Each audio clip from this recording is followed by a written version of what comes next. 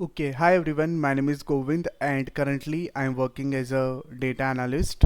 I welcome you all to this video. In this video, we are basically gonna look at how we can configure incremental refresh in Power BI desktop. So there is also another part of this video wherein we have covered some theoretical aspect of incremental refresh.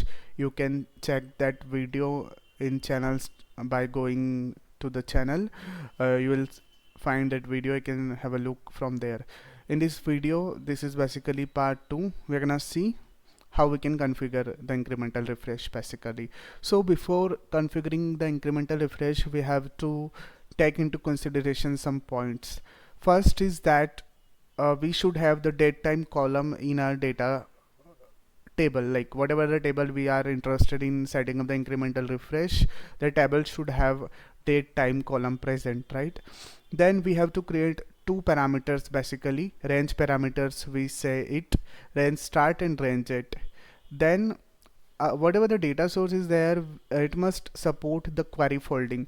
If the data source is not support, it doesn't support query folding, so we will not be able to configure incremental refresh. So query folding is also one of the requirement. Then in terms of licensing, we at least should have Power BI Pro license, and if we are working with direct query mode, so premium is needed. So these are some prerequisites for incremental refresh. Let us get started with configuring it. So here you can see I have Azure SQL database, which is DB paper data, right? And if I go to the query editor, I'm having one table here. Just a moment.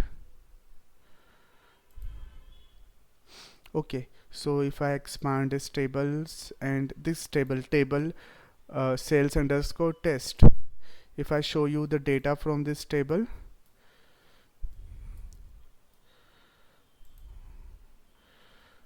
okay, so it has some columns like sales ID, order date, customer name, product name, amount, and created date. So this table I will pull into Power BI desktop in my dashboard, and on this table we will configure the incremental refresh. The range of this table is you can see I have let me sort it by ascending order by order date.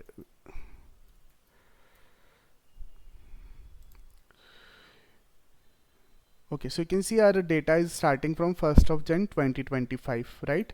And what is the maximum date? So maximum date is 24 of Feb 2026. So I can say I'm having 14 months of data basically from 1st Jan 2025 to 24th of Feb 2026. This data range we are having, right? So on this table I will I can say configure the incremental refresh. So I am here at the blank report and I will go here get data and will pick up Azure SQL database from the list of connectors that I'm getting. Let me search for it. Okay, Azure SQL database. I'm gonna hit on this connect option. Server, I can copy the server from the overview section. This is my server name. Just a moment.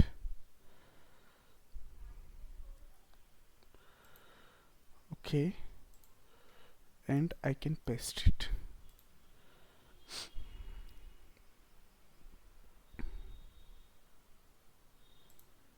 Okay, this is my whole server name. Just a moment, I will go back.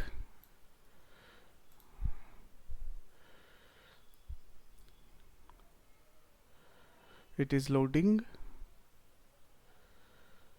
Okay, so this is the server name basically, and under this server I have to pick the table, like the database and the table. So it's taking some time. This is my database name. Okay, so this is my table, which is sales underscore test. I will choose it and I will click on transform data. That will take me to the query editor.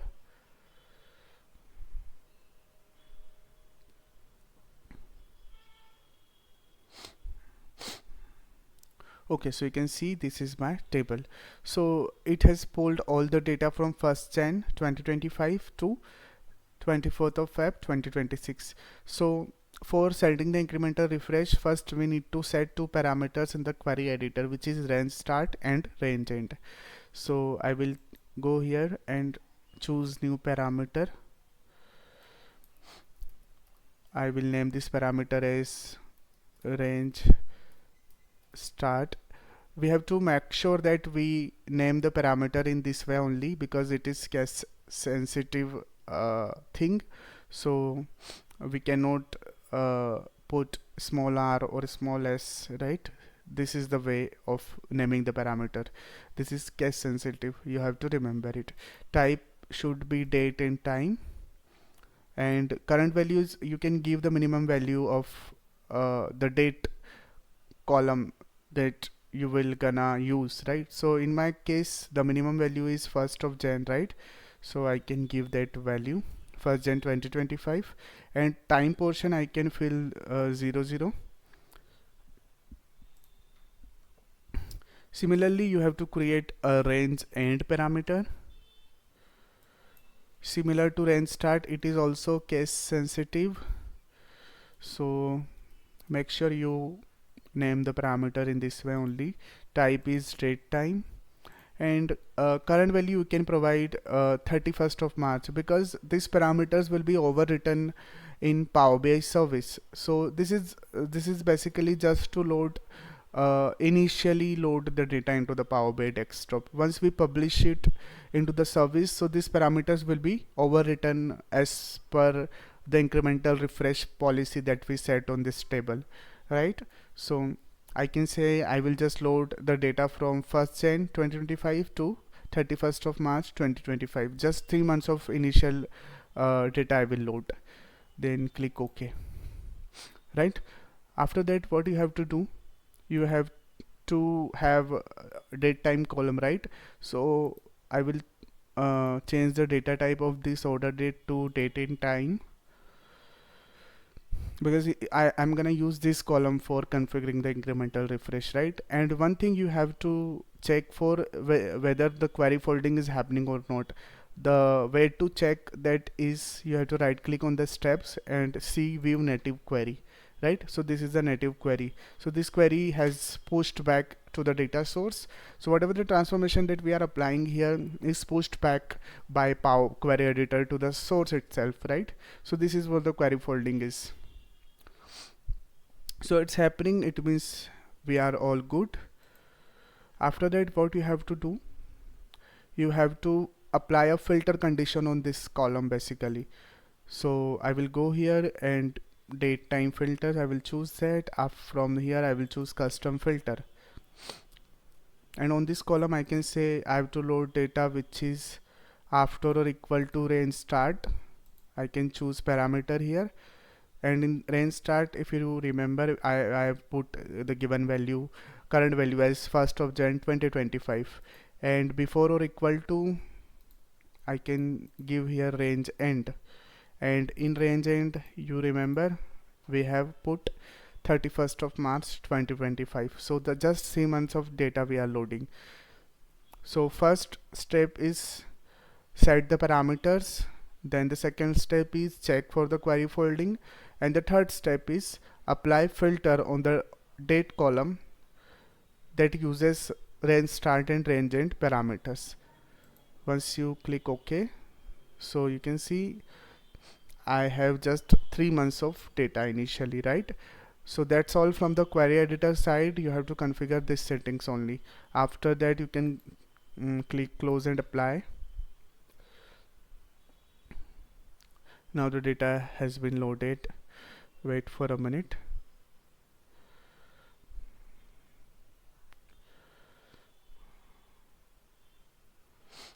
It's being loaded. Okay, so let me quickly create one table visual for quick validation.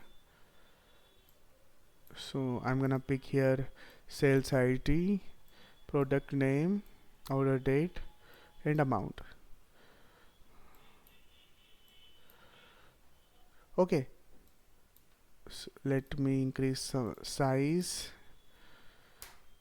Okay, so if I sort this column order date in ascending way, so you can see 1st Jan 2025 and the maximum date is 31st of March 2025. Just 3 months of data we have loaded, right? After that, what you have to do, you have to click on right click on this table, cells underscore test, and click on this option which is incremental refresh, right? So once you do that, it will ask you for selecting a table. You have already selected a table, then you have to uh, turn on this option basically. Then here the settings we have to configure, like the incremental refresh policy we have to set. Okay, so archive data starting before refresh date. So refresh date is what? Today's date, right? And we know that we have to go 1 year back because we have to archive the data that will not be refreshed, right? So we know that our data range is starting from 1st of Jan 2025 and current refresh date, or I can say today's date, is 2026 25 of February, like at the time I am recording the video. So if I have to go to the 2025, I have to set archive data starting 1 years before the refresh date, right? And I'm only interested in refreshing only previous 1 month of data, so I can say 1 month before the refresh date. Now once you enter these two values, so you can see like basically the range for which the data will be archived and the range for which the data will be incrementally refreshed. So you can see here it is written data imported from 1st Jan 2025 to 31st of Jan 2026. This data will be freezed by Power BI and data will be incrementally refreshed from 1st Feb to 28th of Feb. So if you configure here only month, so it will take whole month into the consideration, as today is 25th of February 2026, but it is showing me that it is incrementally, it's gonna incrementally refresh the data from the data source till 28th of February. So it will always pick the month end, right? If you select here only last one day of the data, so it's giving me today's date only, right? So you can choose month. So like you should take the screenshot at the time of incrementally refresh, configuring the incremental refresh for the future check basically.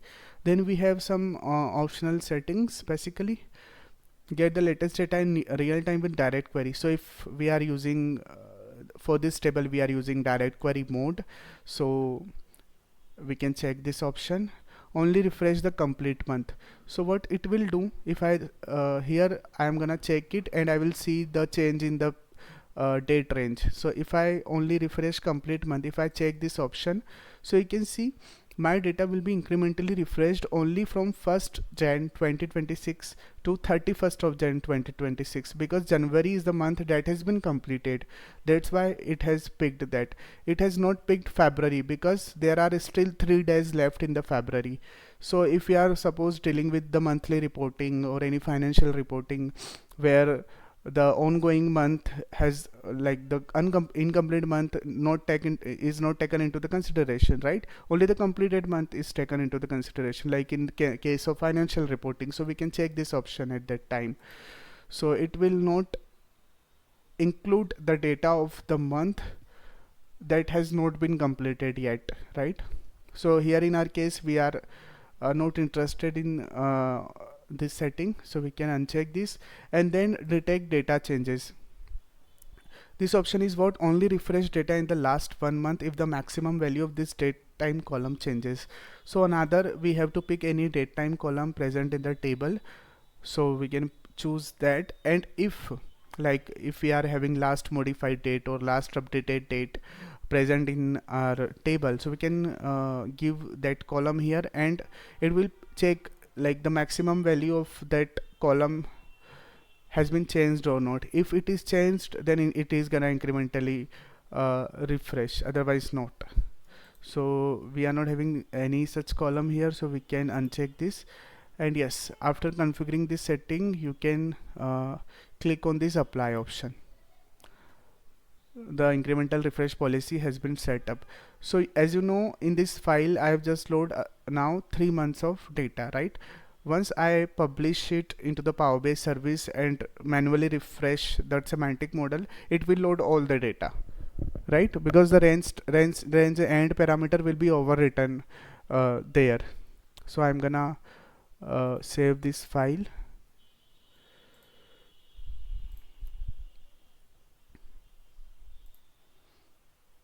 I'm gonna name it as new test 3 and save this. Let's publish it into the Power BI service. So I'm gonna create new folder, name test, and in this test folder I'm gonna upload that file, which is new test 3. It's been uploaded. We have to wait for a couple of seconds maybe. Yeah, so you can see it has been updated, and in the report the data range is of course the 3 months of data.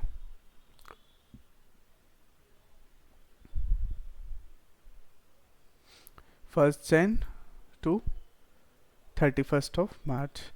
We're gonna go back and manually refresh the semantic model. So it's being refreshed.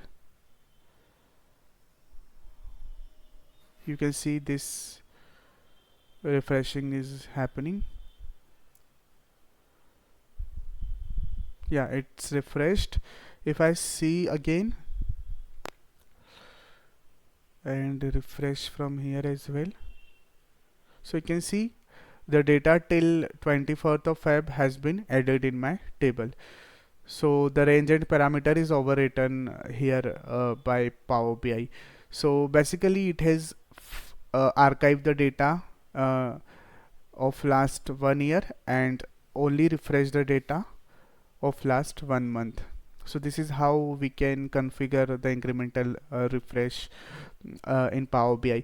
Basically, at first time when you will manually refresh the semantic model, it will take some time, because the first time it archive the data and then it refreshes the data. But when you configure the schedule refresh after hitting the manual refresh, so it will take very much less time as compared to the previous times, because here at the second refresh or third refresh or so on and so forth, the Power BI will not load whole the data basically, right? It will only happen at the first refresh. It will just incrementally refresh the data in further refreshes. So you will see significant change in refresh time after the first manual refresh. So that's how you can configure the incremental refresh, everyone. So yeah, please like and share this video and subscribe to this channel. If you are having any doubts, so please do let me know into the comment section. Thank you for your time.